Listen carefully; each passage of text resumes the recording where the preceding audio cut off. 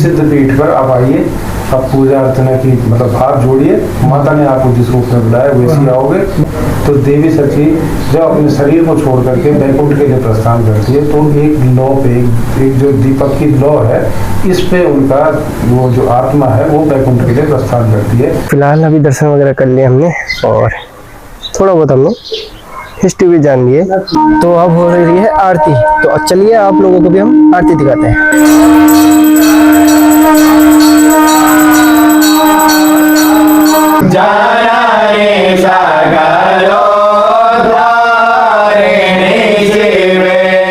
तो भाई फिर से स्वागत है आप सभी का हमारे एक नए ब्लॉग में। हाय, मेरा नाम है अर्जुन नौटियाल और आप सभी का स्वागत है देवभूमि उत्तराखंड के खूबसूरत पहाड़ हमारे गांव मचकोली से। और सुबह की शुरुआत देख सकते हैं, एकदम सूरज देव भी बड़ी तरीके से आ चुके हैं और हम अपने गांव से काफी ऊपर आ चुके हैं, क्योंकि अभी हम लोग जा रहे हैं जरा पौड़ी की तरफ। मैं और चाचा मेरे पापा भी जा रहे हैं।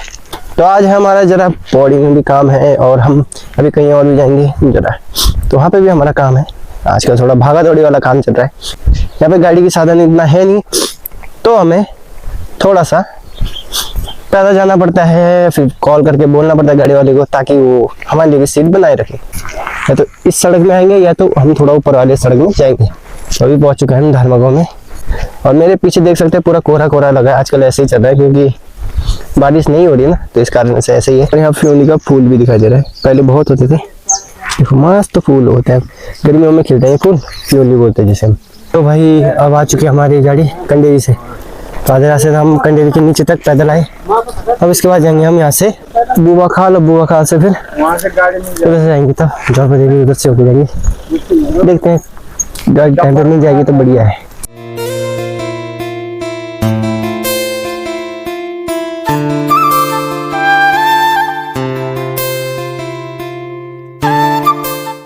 तो भाई अभी हम लोग पहुंच चुके हैं बुआ खाल। तो पापा और तो चले गए पौड़ी और हम लोग अभी यहाँ पे इसलिए उतरे, हम यहाँ से जाएंगे क्योंकि यहाँ से गाड़ी मिल जाती है जौलपुर के लिए भी। फिलहाल तो अभी बुआ खाल पहुंच रखे हम लोग। ये है बुआ खाल और ये जो सड़क जा रही है यही जा रही है पौड़ी के लिए। तो भाई अब जाके मिली हमें बस, लगभग 11 बज चुके हैं, बहुत लेट आई ना बस।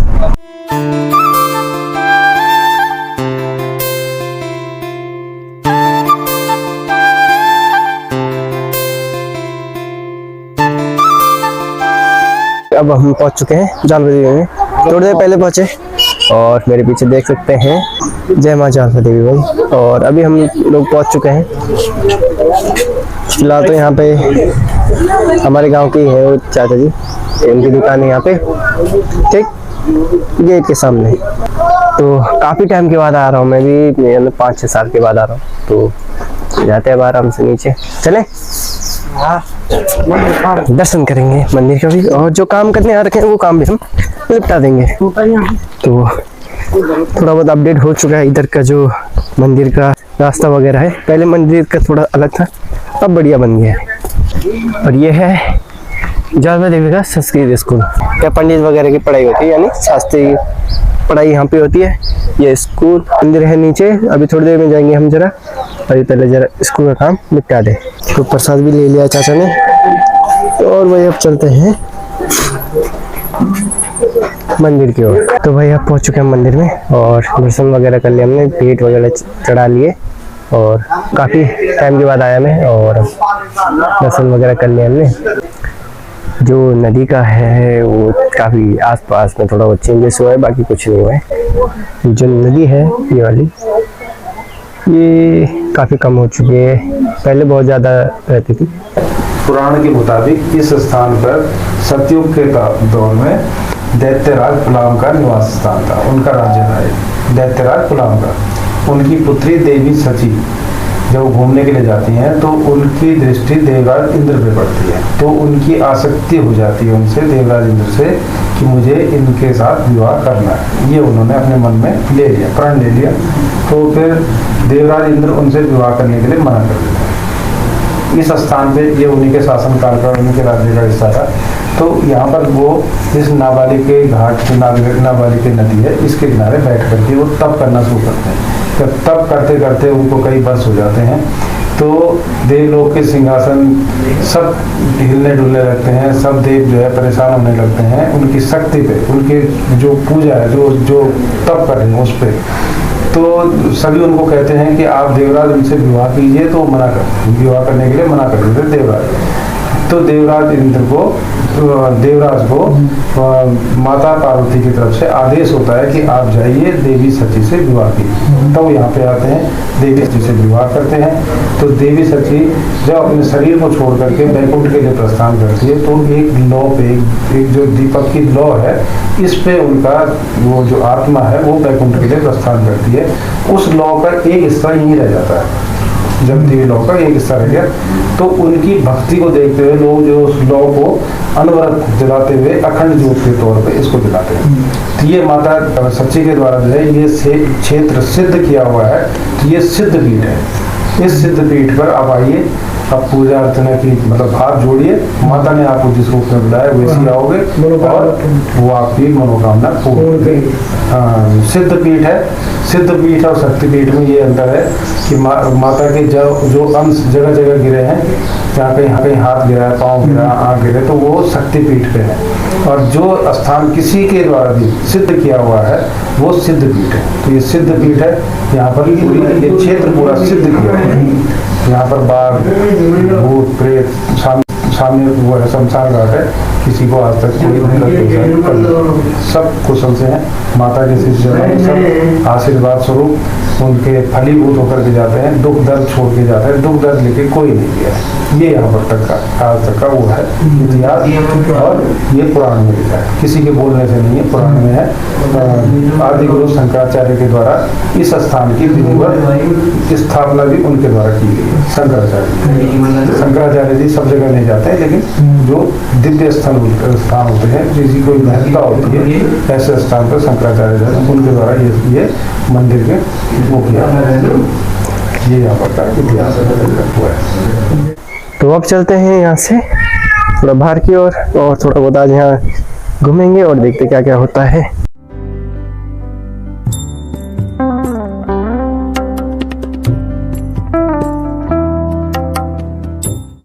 तो फिलहाल अभी दर्शन वगैरह कर लिए हमने और थोड़ा बहुत हमने हिस्ट्री भी जान लिए। तो अब हम थोड़ा सा यहाँ पे बैठते हैं और खाना वगैरह खाएंगे थोड़ी देर ऊपर जाके। शाम के लगभग 7:30 हो चुके हैं और मैं अभी थोड़ी देर पहले आराम करके उठाऊँ क्योंकि दिन से हमने थोड़ा बहुत जो काम करने आए थे वो काम निपटाया, तो अपने टाइम हो गया था। फिर हम रुक गए क्योंकि कल हमें यहाँ पे कोई आ रहे हैं, मेरे चाचा के रिश्तेदार, तो उनसे मिल के जाना है। तो हमने सोचा कि ना आज रुक जाए और कल हम उनसे मिल के फिर चले जाएंगे घर की ओर। तो आज मुझे ये भी सौभाग्य प्राप्त हुआ है इसी चक्कर में कि तो आज मुझे ज्वाला देवी का आरती देखने को भी मिलेगा और आप लोगों को भी हम आरती दिखाएंगे। चलो, अभी तो समय है 7 बजे होती है यहाँ पे आरती, तो अभी आरती के लिए समय अभी 6:30 हो रहे हैं। थोड़ा वेट करेंगे, थोड़ा इधर उधर। और यहाँ भी ना ठंडा है भाई, सुबह शाम बहुत ज़्यादा, क्योंकि यहाँ पे नदी है ना पास में बहुत ज़्यादा ठंडा हवा चलती रहती है। उनका समिति का 2 समिति है यहाँ पे, तो यहाँ पे उनका रूम है। तो यहाँ पे आप आराम से आके रुक सकते हैं फ्री में। यहाँ पे कोई चार्ज नहीं होता है पैसे वगैरह रहने का। हाँ, खाने पीने का शायद हो सकता है कि वो आप अपने उससे करें या होटल से भी खा सकते हैं। इनको बोलोगे तो ये चार्ज कर सकते हैं, बट रहने के लिए कोई यहाँ पे आपको पैसे देने की ज़रूरत नहीं है। और रहने के लिए आपको एकदम बढ़िया तरीके से गद्दे वगैरह मस्त मिलेगा और रूम एकदम बढ़िया है, बड़ा। अब पंखे भी हैं भाई गर्मियों के टाइम के लिए। तो अगर ज्वाला देवी में कभी आपको स्टे करना हो तो आप मंदिर की समिति है यहाँ पे 2, तो आप वहीं पे भी आराम से रुक सकते हैं, कोई ऐसे टेंशन नहीं है। तो अब हो रही है आरती, तो चलिए आप लोगों को भी हम आरती दिखाते हैं।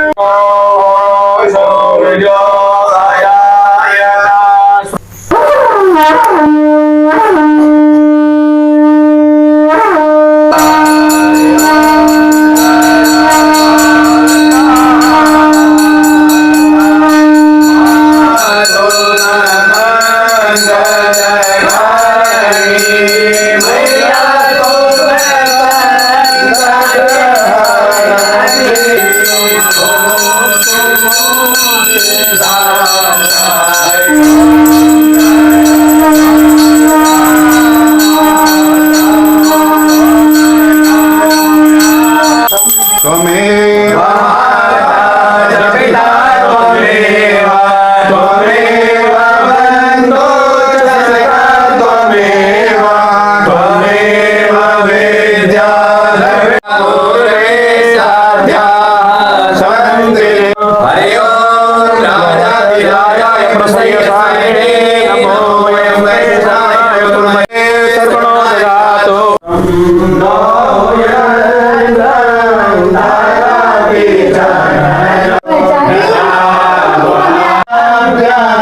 जानाने सागरो द्वारिणे शिवे गोत्रो जायेता क्वचिदपि गोमाता न भवति माता सावधानसेवा